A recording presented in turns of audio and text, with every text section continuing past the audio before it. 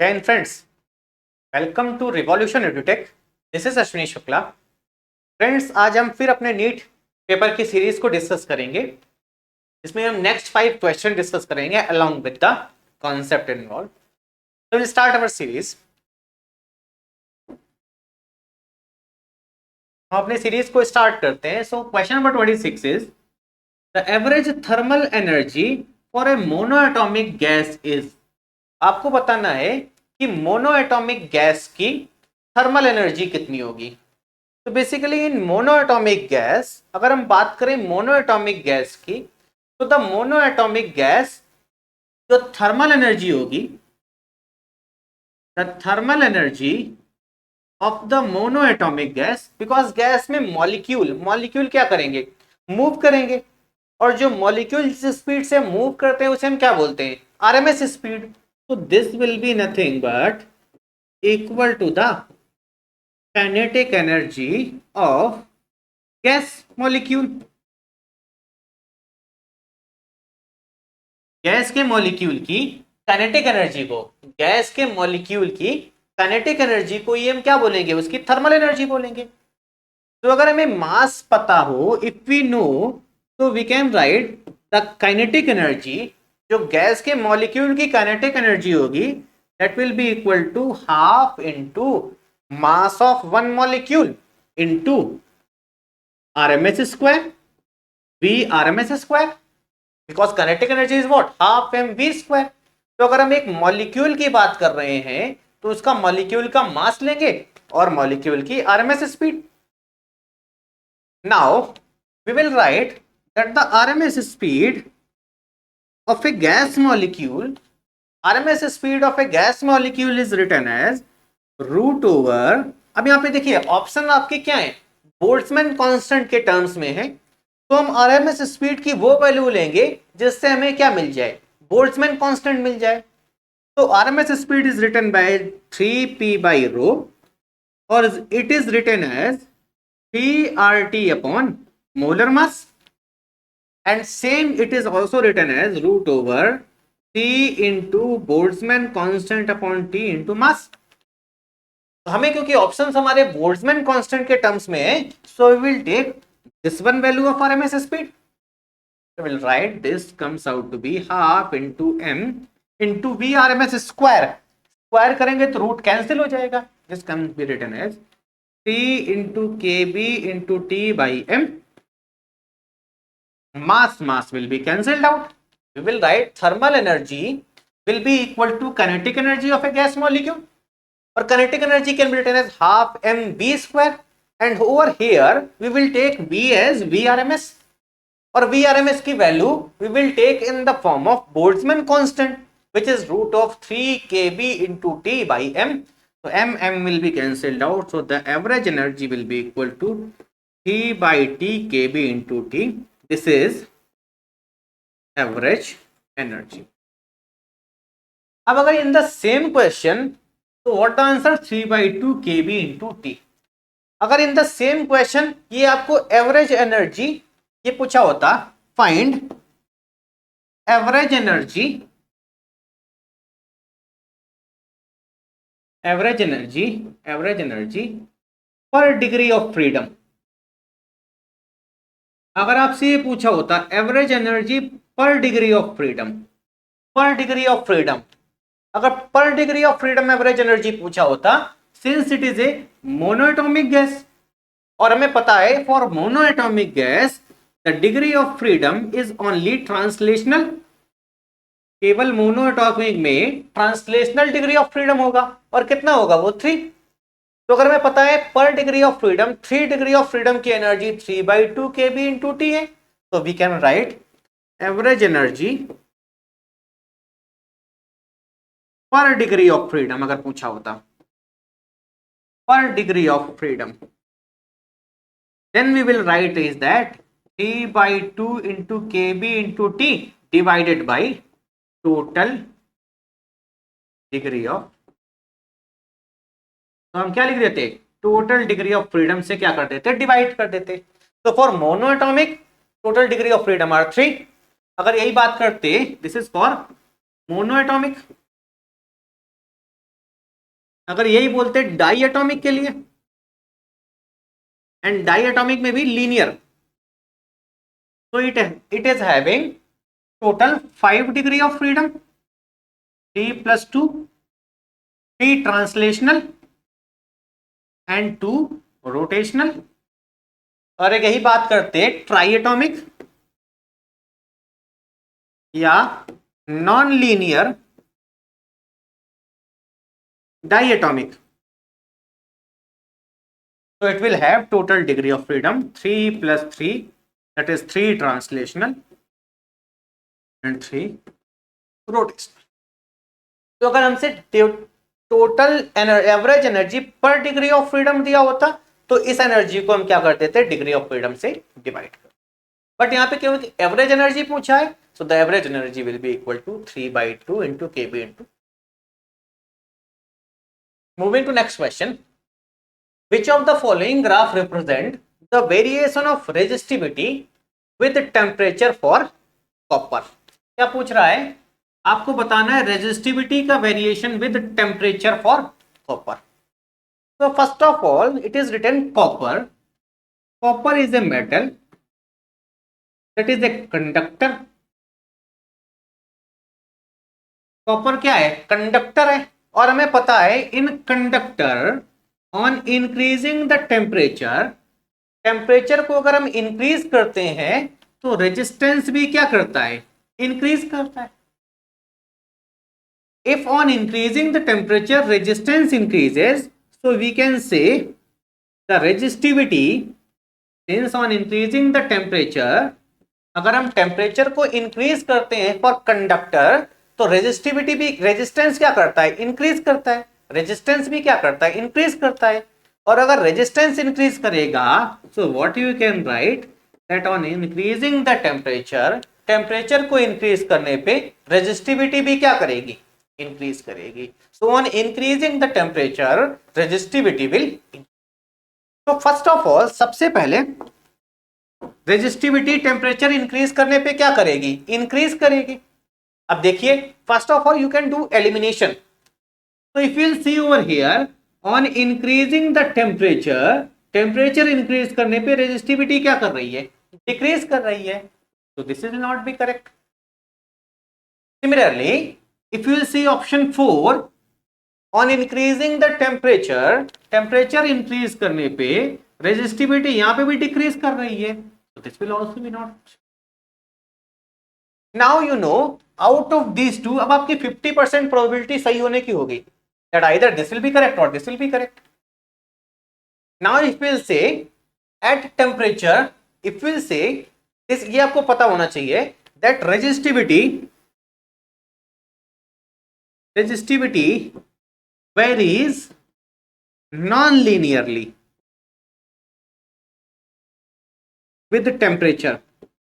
Temperature के साथ resistivity non linearly vary करती है, non linear variation, linear variation होता है टेम्परेचर के साथ रेजिस्टिविटी का। तो this is first option is linear variation. ये तो y is equal to mx type का ग्राफ है, mx प्लस c टाइप का ग्राफ है, but this graph is a non linear variation.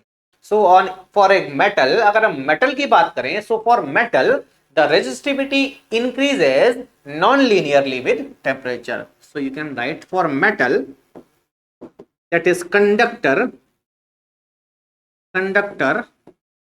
जो रेजिस्टिविटी है this increases non-linearly with increase in temperature। तो अगर हम बात करें कंडक्टर के लिए रेजिस्टिविटी इंक्रीज करती है non linearly with temperature, while if we'll talk of semiconductor and insulator, अगर हम सेमीकंडक्टर या इंसुलेटर की बात करें, so for them resistivity decreases with increase in temperature. Resistivity क्या करती है, डिक्रीज करती है विद इंक्रीज इन। तो दिस इज द, ये आपको एक फैक्चुअल इंफॉर्मेशन है जो पता होनी चाहिए that this is non linear variation. Moving to the next question, this is given color coding। This question is based on the color coding actually आपको ये सीरीज याद होनी चाहिए कि how you will see the colour code. Basically if there is a colour coding given, अगर कोई register है और आपको उस रजिस्टर की कलर कोडिंग कर रखी है, तो late these are the 4 colors which are coded. This is color 1, 2, 3. तो आपको ये पता होना चाहिए this color code 1 define number of digit, 2 also define, color code also define number of digit, the color code third define the multiplication factor,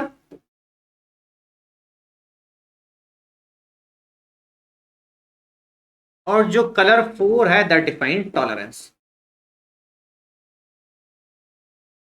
मतलब colour 1 के corresponding, point 1 के corresponding जो कलर होगा वो नंबर ऑफ डिजिट को define करेगा, place of digit को define करेगा. कलर 2 के करस्पॉन्डिंग जो कलर है वो भी नंबर ऑफ डिजिट को डिफाइन करेगा.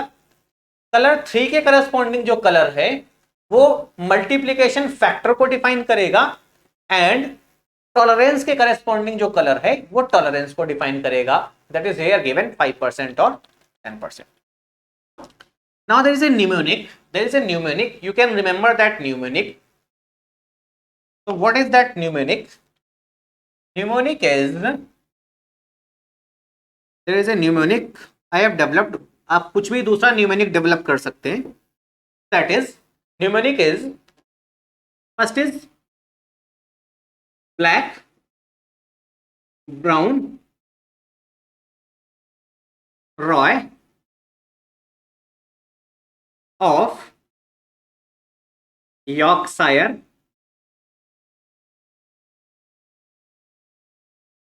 and great. We will write this as and. Yeah, first you write black, brown, Roy of Yorkshire and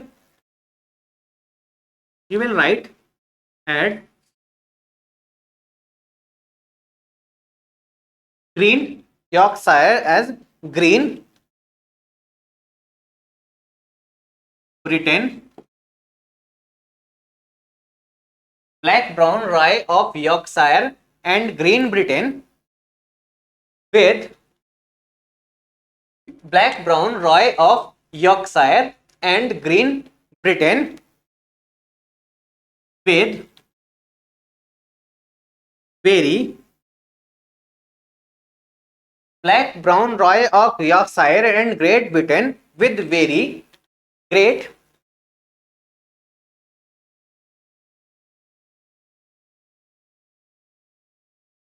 wife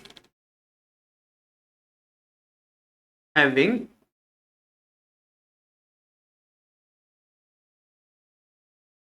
gold, silver,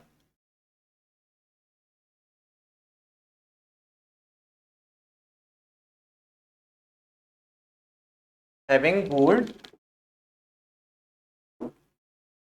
silver necklace. You will write mnemonics as black, brown, Roy of Yorkshire and green Britain with very great wife having gold, silver necklace. So you'll remember like this. You will write the first word. आप केवल first word को रखेंगे and this is number. So black, first is black, black, then brown. Black has number 0, then 1. Roy, R means red. So this is having number 2. Off, off means O is having means orange. Orange, that is number 3. Of Yorkshire, of Yorkshire. Off हो गया orange, Yorkshire. Yorkshire means Y. Y means yellow.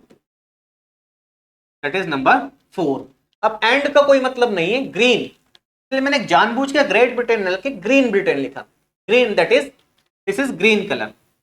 Green colour is having 5. Green colour is having 5. Green Britain, Britain is blue.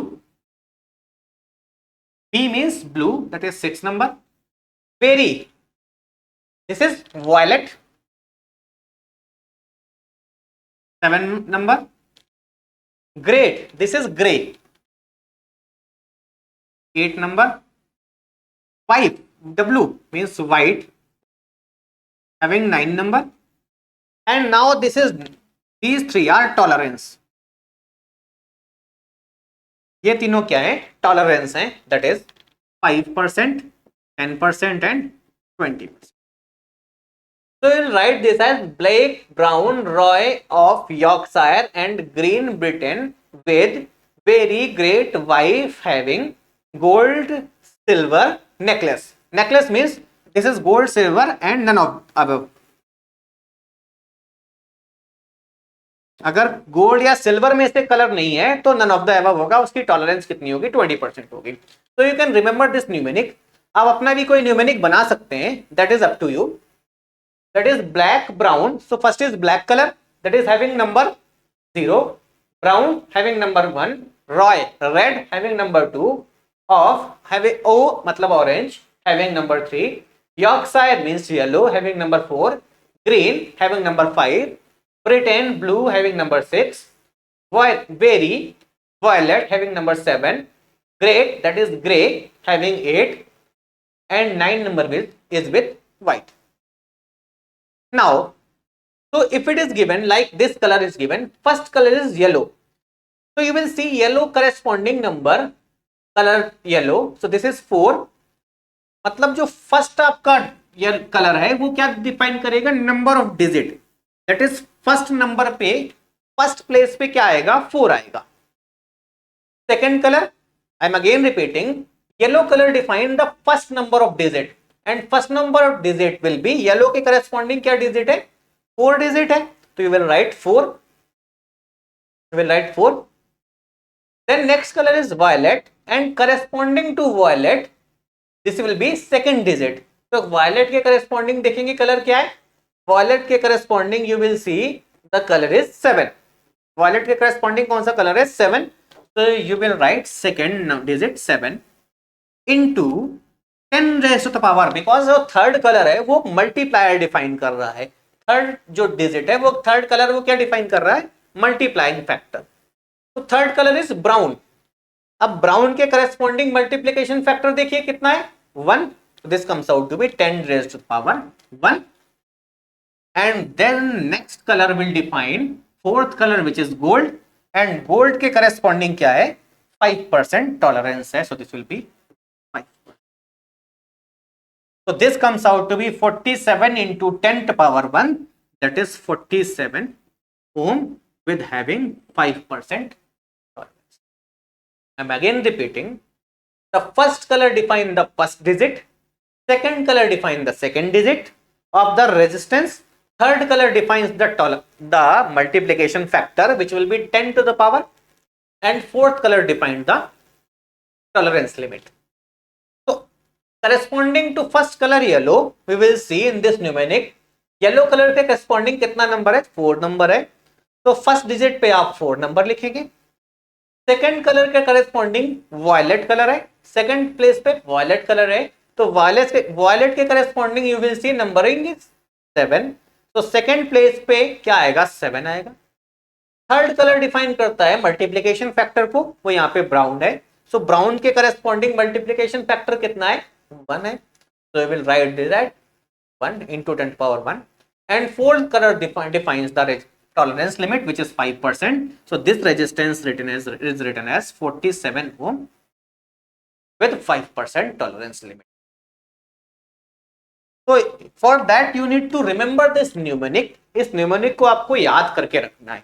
तो that is black, brown, Roy of Yorkshire and Great Britain with very great wife having gold silver necklace.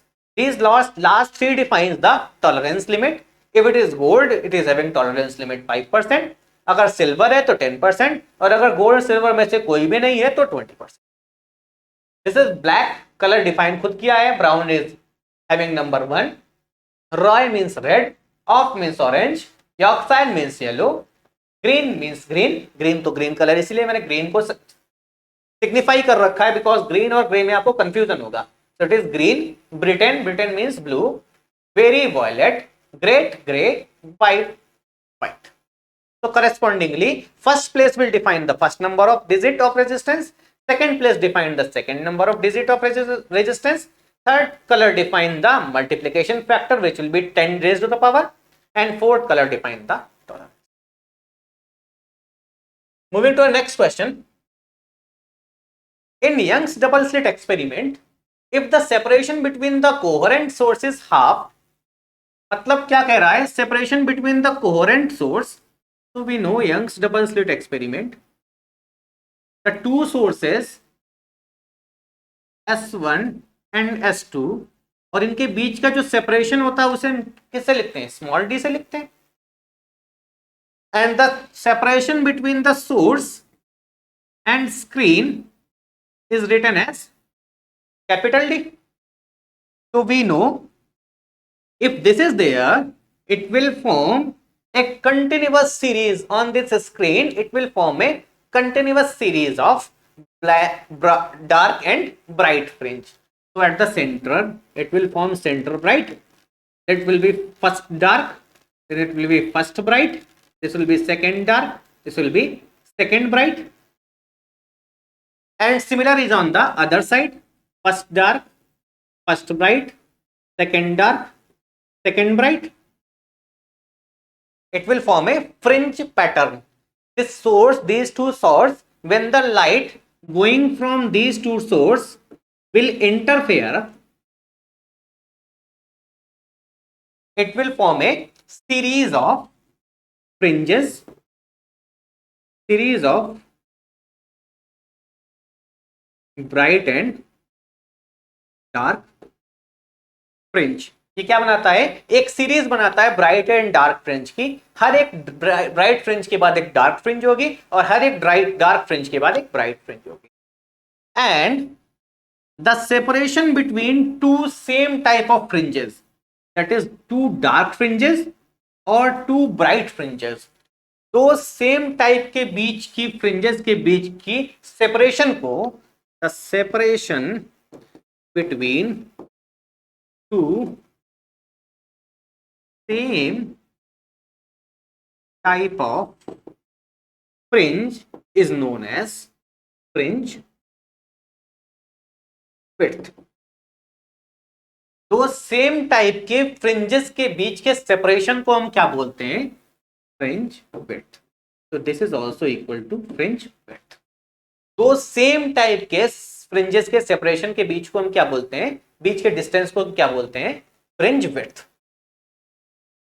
Now if the wave is of frequency wavelength having source between the distance d and the source separation between the screen and source is capital D, then the fringe width, तो जो आपका fringe width है, fringe width is given by lambda capital D upon small d, where lambda क्या है? What is lambda? Lambda is wavelength of source,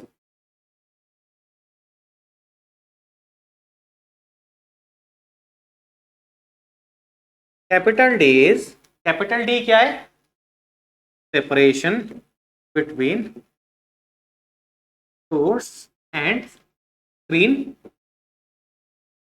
And what is the small d? Separation between source. Lambda is the wavelength of the wave which is falling to form bright and dark fringe. Capital D is the separation between the source and screen, and small d is the separation between the two sources. अब question में क्या बोल रहा है कि क्या कर दे? Separation between the source is half, मतलब d की वैल्यू को क्या कर दे? d/2 कर दे. And the source distance between the source coherent distance between the coherent sources is doubled. अच्छा, distance between the coherent sources is half and the distance of the screen from the coherent source is doubled. इसको d को क्या कर दे, 2d कर दे. अगर हमने d को 2d कर दिया और स्मॉल d को d by 2 कर दिया, so new fringe width will be equal to, ये 2 ऊपर चला जाएगा, ये 2 ऊपर और है, तो 4 times of lambda capital D upon small d होगा. तो this is the initial fringe width. और अब ये कितने टाइम्स हो जाएगी, अगेन रिपीटिंग, इफ बोल रहा है कैपिटल D को डबल कर दे, 2d कर दे, और स्मॉल d को d by 2 कर दे, तो ये 2 ऊपर चला जाएगा, ये 2 यहां पे, तो will write it 4 times of lambda capital D upon small d. तो जो न्यू फ्रिंज विड्थ होगा that will B 4 times of original fringe. तो बोल रहा है कि नई फ्रिंज विड्थ कितनी हो जाएगी, the fringe width will become, so how many time it will become, 4 times of original fringe. So it will become 4 times of original fringe.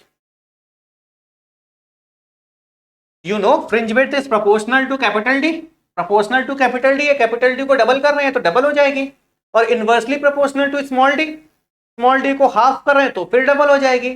So how many times it will become? Moving to our next question. The capacitance of a parallel plate capacitor with air as a medium is 6 microfarad. अगर हमने दो capacitor के बीच में air को fill up कर रखा है तो बोल रहा है कैपेसिटेंस कितनी है, 6 माइक्रोफैरड है.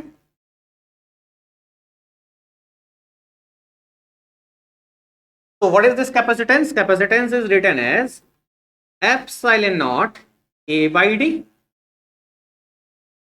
और क्या करें, अगर इसमें इंट्रोड्यूस कर दें एक डाइलेक्ट्रिक मीडियम तो कैपेसिटेंस कितना हो जाता है, 30 हो जाता है. तो if will introduce A dielectric medium in the same capacitance having dielectric constant के, अगर के डाइलेक्ट्रिक कांस्टेंट का एक डाइलेक्ट्रिक इंट्रोड्यूस कर दें, या इसी को बोलते हैं डाइलेक्ट्रिक कांस्टेंट के, तो ये कैपेसिटेंस कितना हो जाता है, new capacitance becomes 30 microfarad. So if dielectric constant of K is introduced, new capacitance is written as K epsilon naught A upon D, which is equal to 30. We know epsilon naught A upon D is 6. So if this value is 6, the value of K can be written as 5. Dielectric constant की value कितनी हो जाएगी, 5. तो बोल रहा है कि permittivity of the medium. तो we know this dielectric constant is defined as permittivity of medium upon permittivity of free space. तो permittivity of medium will be written as k times of permittivity of free space. तो k is 5 into 8.85 into 10 to power minus 12. This can be written as, this comes out to be 40 point something into 10 to power minus 12. अब 10 to power minus 12 में जो option दिया है 40 point को satisfy नहीं कर रहा, तो ये तो हो नहीं सकता. तो if will make decimal 2 times left, 2 point decimal को लेफ्ट ले आए, तो ये क्या हो जाएगा, 10 to power minus 12 plus 2, that is it is written as 0.4 into 10 to power minus 10. और देखिए 0.4 के अप्रोक्सीमेटली आपका है, तो योर ऑप्शन 3 विल बी. तो अगर आपको बेसिक्स पता है, if you know the basic formula of what is dielectric constant, what is the capacitance of a capacitor, what is the capacitance when there is air in the as a medium, when there is a dielectric as the medium, so you will write, you will find the dielectric value, and dielectric value once you will find, that is the permittivity of medium upon permittivity of free space. So by which permittivity of medium we will, so by this way you can do this. So this is all.